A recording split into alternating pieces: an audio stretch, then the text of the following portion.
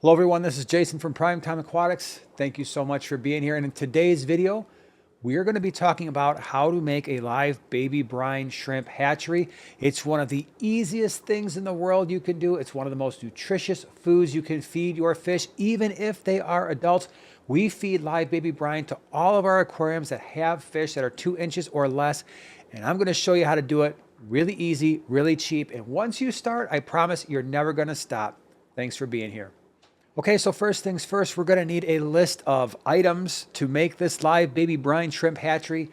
Most of the stuff you might very well have laying around your house. First thing, we're going to need 2 water bottles. Yes, 2.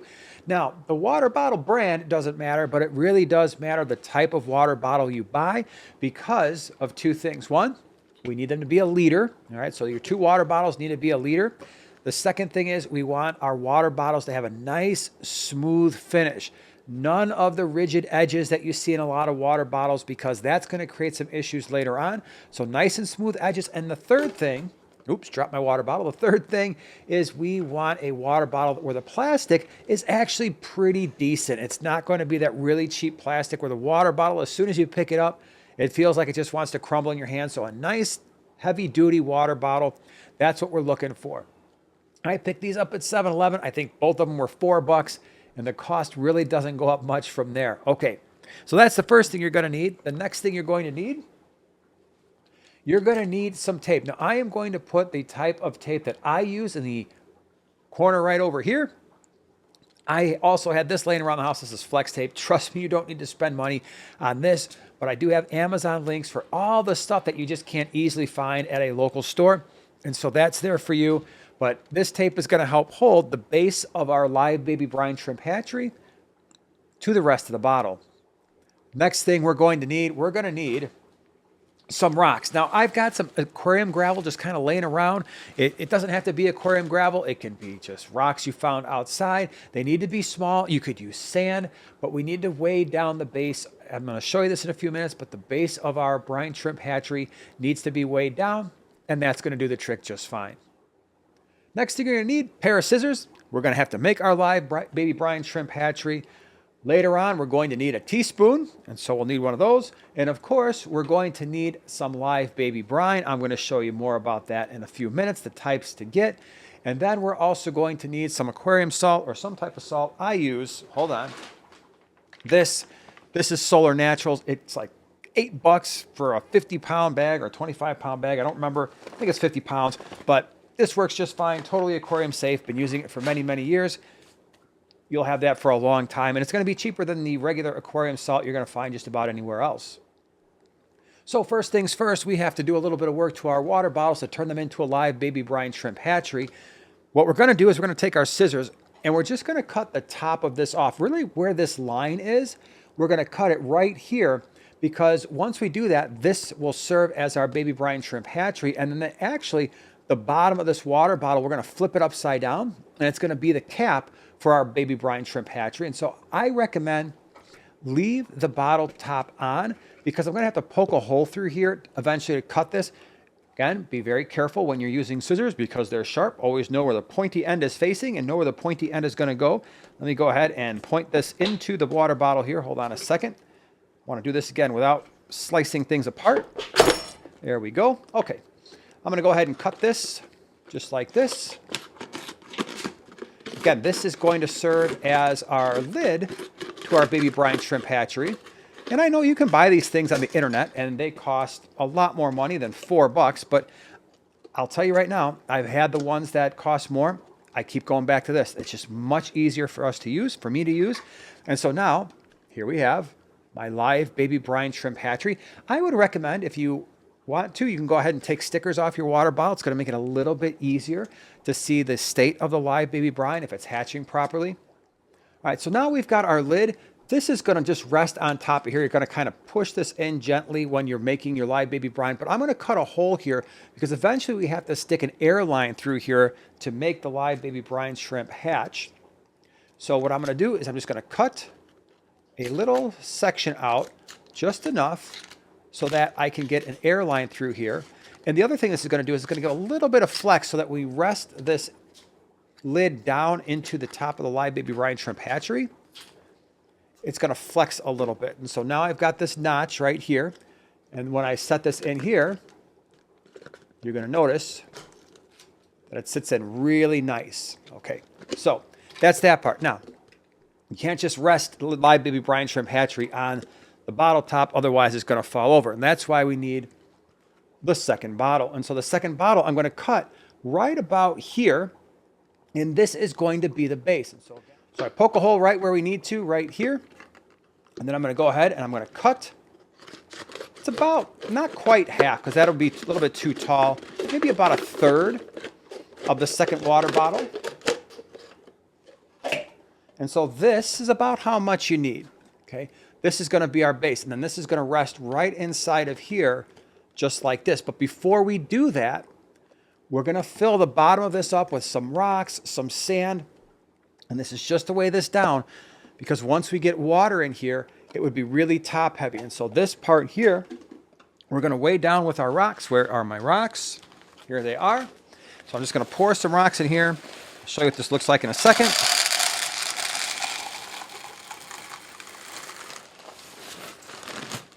Okay, so it's about halfway. That's going to give us plenty of weight. So when we push this down in here, now you might have to clear some of this out, because if it's too much and the bottle top is in the actual gravel, it won't allow you to push it down. You'll have to move it, but this is going to be okay. Now, the reason we need the tape is because I have to tape these two things together. And again, that tape that I showed you at the beginning, this stuff right here, really, really good, and you can use it. It's awesome because you can use this stuff to fix python hoses, or maybe if you have a gravel vac where it's becoming, it's getting a little loose where the pump end is, you can wrap that around there and it will make it really, really, really secure. Okay, so I am going to cut off a piece of this. Again, this is not necessary. This is like 4-inch flex tape, way, way, way, way more than you would ever need.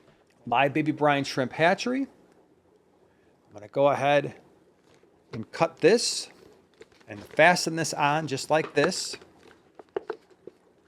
It's nice and secure. All right, so now I've got this tape wrapped all the way around. Now we just made it. This, believe it or not, it was that easy. Here is my live baby brine shrimp hatchery. Now let's go ahead and get the live baby brine, and I'm going to show you how to do that, show you what it looks like all fired up and ready to go, and you're going to have a really awesome, fresh, wholesome, nutritious source of food, especially for those smaller fish, especially if you're breeding fish. Okay, so now we got to put water in our live baby brine shrimp hatchery, which I just did. I leave it about this far from the top. This is just lukewarm sort of water. It's a little bit warm to the touch. It's certainly not hot, but it's not cold, and this is going to allow the live baby brine to hatch a little bit more easily. It's cloudy like this because that's just the way the water came out. Now, this is really important. Once you have your water, now we're going to add our salt. The salt, and I'll show you this in a second. I got to get the salt scooper out of the big giant bag of salt. So, for the salt, for this 1 liter bottle, it's going to be 1 tablespoon. And this is just kind of like the rock salt, but it's aquarium. It's pure sodium chloride. That's important. I'm going to go ahead and get 1 more scoop because we need 2 tablespoons of salt. So here's my 2nd tablespoon. There we go. Yep, I just do that every single time. It works just fine. Once you get the air started, we have an air line going all the way to the bottom. That salt is going to dissolve. It works great. Next thing we're going to need our live baby brine. Now I want to talk a couple seconds about this because there's 2 types of live baby brine that I really, really like, and there will be Amazon affiliate links down in the description below of this video. Highly recommend these brands. It has worked for us for years. First one, you see this little brown vial here? Well, this is San Francisco Bay brine shrimp. It's really good. Again, I got the Amazon link down there, and I buy that only once, and really what I want are these brown bottles because these are super convenient. I can leave these out at room temperature. It's not a lot. I go through one of these like every day and a half. Obviously, you might not go through it as fast unless you have as many tanks as we do, but the brown bottle protects the live baby brine shrimp eggs from damage and from prematurely hatching and degradation. So definitely want one of these. Again, this is great, but my main source of live baby brine shrimp eggs is this. This is the Brine Shrimp Direct. Again, Amazon link below. This is a pound. This is relatively inexpensive, somewhere around $50, $60. I put this in the freezer. Whenever this little bottle runs out, I refill it with what's in here. This goes back in the freezer. This stays out. Again, this is the system I have used for years, and it works great. This is the 90% hatch rate, and I absolutely love it. I get such great hatch rates from this particular brine shrimp. It's awesome. All right, so we have our bottle here. So how much live baby brine shrimp eggs are we going to add? Well, that's where we have our little teaspoon here. And so what I generally do is I will make it about 1 teaspoon goes right in. Boom, poured it in the water. Now, once we've done that, we are ready to start incubating this stuff. So here's what we're gonna need. You're gonna need an air line and you're gonna need an air pump. Once you have those two things, you put the air line in, put your cap back on, put your air line in. This stuff is gonna take about 24 hours to hatch. And so now I can slip the air line through here, or you can put the air line in first and just kind of work it around. I'm going to show you what that looks like. Okay, so here you're seeing what it looks like. This is live baby brine that's pretty much ready to go. We've got 2 of these things happening. You can see the flow rates here. That's about how much air you want going in here. Now, you're also going to want, if your room is not natural in the upper 70s like our fish room is, then you're going to want a source of heat. That's why a lot of people will use a lamp shining on this. It's going to give a little bit more heat because the live baby brine shrimp eggs, with those warmer temperatures, like I said, upper 70s, around 80, it's going to hatch a lot better. There are some studies that show that some visible light will also help the eggs hatch a little bit faster. I have actually not found that to be a difference. I don't actually use the visible light because our fish room is warm enough where I don't need to worry about it. But you can certainly do that. That'll keep it a little bit warm. The other thing to consider is this really does need to go 24 hours. If it's less than that, the brine shrimp eggs really aren't going to hatch all that well. If you go too far beyond, the live baby brine hatches, but then it starts to use the nutrients inside the yolk sac.